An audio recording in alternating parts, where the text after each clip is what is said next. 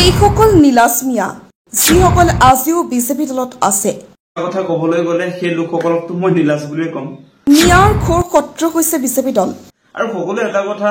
বুজা দৰকাৰ আচলতে যে বিজেপি হৈছে মুছলমানৰ ঘোৰ শত্ৰু মিয়াৰ লাজ থাকিলে আজি ত্যাগ কৰক বিজেপি এনেকৈ আচলতে বিজেপিৰ ভয় ভাবুকিৰ পাছতো এনেকে কেনেকে আচলতে আপোনালোকে বিজেপি দলত সামিল হৈ থাকিব পাৰে নিজৰ জনগোষ্ঠীৰ মানুহ বিপদত পৰি থকাৰ পাছতো বিজেপিত আছে একাংশ মিয়া যিবিলাক লোকে বৰ্তমান সময়লৈকে নিজৰ জনগোষ্ঠীয় লোকসকল বিপদত পৰাৰ পাছতো যিবিলাক মানুহে বিজেপিৰ লগত সামিল হৈ আছে এনেদৰে বিজেপি কৰা মিয়াক তীব্ৰ সমালোচনা কৰে কৃষক মুক্তিৰ নেতা আকাশ দলে কথা কবলৈ গলে সেই লোকসকলক তো মই নীলাজ বুলি কম যিবিলাক লোকে বৰ্তমান সময়লৈকে নিজৰ জনগোষ্ঠীয় লোকসকল বিপদত পৰাৰ পাছতো বাছি বাছি সংখ্যালঘু মানুহবিলাকক সন্দেহযুক্ত বাংলাদেশী সজাই উচ্ছেদ কৰাৰ পাছতো যিবিলাক মানুহে বিজেপিৰ লগত সামিল হৈ আছে বিজেপি দল কৰি আছে সেই মানুহবিলাকক মই নীলাজ বুলি কম আৰু সকলোৱে এটা কথা বুজা দৰকাৰ আচলতে যে বিজেপি হৈছে মুছলমানৰ ঘোৰ শত্ৰু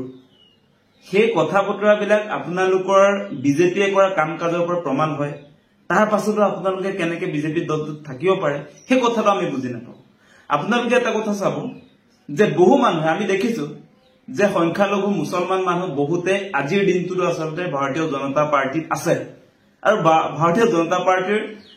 সংখ্যালঘু লোকসকলক লৈ সংখ্যালঘু মৰ্চা বুলিও এটা আছে গোট আছে গতিকে এটা কথা মুছলমান মানুহবিলাকে বুজা দৰকাৰ যে সঁচা সঁচিকে মুছলমান মানুহবিলাকে সংখ্যালঘু লোকসকলে সন্মান সহকাৰে যিবিলাক ভাৰতীয় বিদেশী বিলাকৰ কথাটো কোৱা নাই সন্দেহযুক্ত বাংলাদেশী বিলাকৰ কথাটো কোৱা নাই যিবিলাক মানুহে 1971 ৰ 25 মাৰ্চৰ পূৰ্বে অসমত প্ৰৱেশ কৰিছে সেই সকলো বিলাকক সংবিধান অনুসৰি আমি ভাৰতীয় বুলি কৈছো আৰু সকলো মানুহে সেইটো ইতিমধ্যে মানি লৈছে এনেকৈ আচলতে বিজেপিৰ ভয় ভাবুকিৰ পাছতো এনেকে কেনেকে আচলতে আপোনালোকে বিজেপি দলত সামিল হৈ থাকিব পাৰে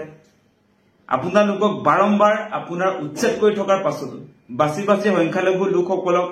স্বদেশীকো বিদেশী সদাইছে তাৰ পাছতো আপোনালোকৰ গাত নলাগে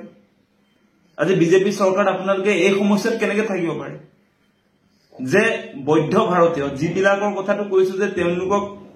আপোনাৰ পলিটিক্যাল বেনিফিট লাভালাভৰ স্বাৰ্থত সন্দেহযুক্ত বাংলাদেশী সজায় আৰু সেই নিজৰ জনগোষ্ঠীয় মানুহবিলাক বিপদত পৰাৰ পাছতো সমগ্ৰ মুছলমান জাতিক দৈনিক টৰ্চাৰ কৰা পাৰ্টিটোৰ লগত কেনেকে সামিল হৈ আছে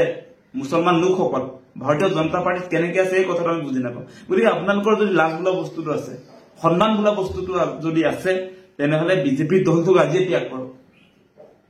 আপোনালোকৰ ঘোৰ শত্ৰু বিজেপি সেই কথাটো কিয় নুবুজে সেই কথাটো আমি কৈছো মুছলমানৰ বিৰুদ্ধে কি কোৱা নাই আচলতে বিজেপি সেই কথাটো আপোনালোকে বিবেচনা কৰক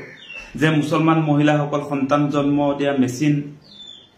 এনেকুৱা ধৰণৰ কথা বতৰাবিলাকে আপোনালোকক প্ৰভাৱ নেপেলায় নেকি আজি আপোনাৰ যিবিলাক ভাৰতীয় বিলাককো আপোনাৰ সন্দেহযুক্ত নাগৰিক সজায় তাৰ পাছতো বিজেপি কেনে খামুচি ধৰি থাকিব পাৰে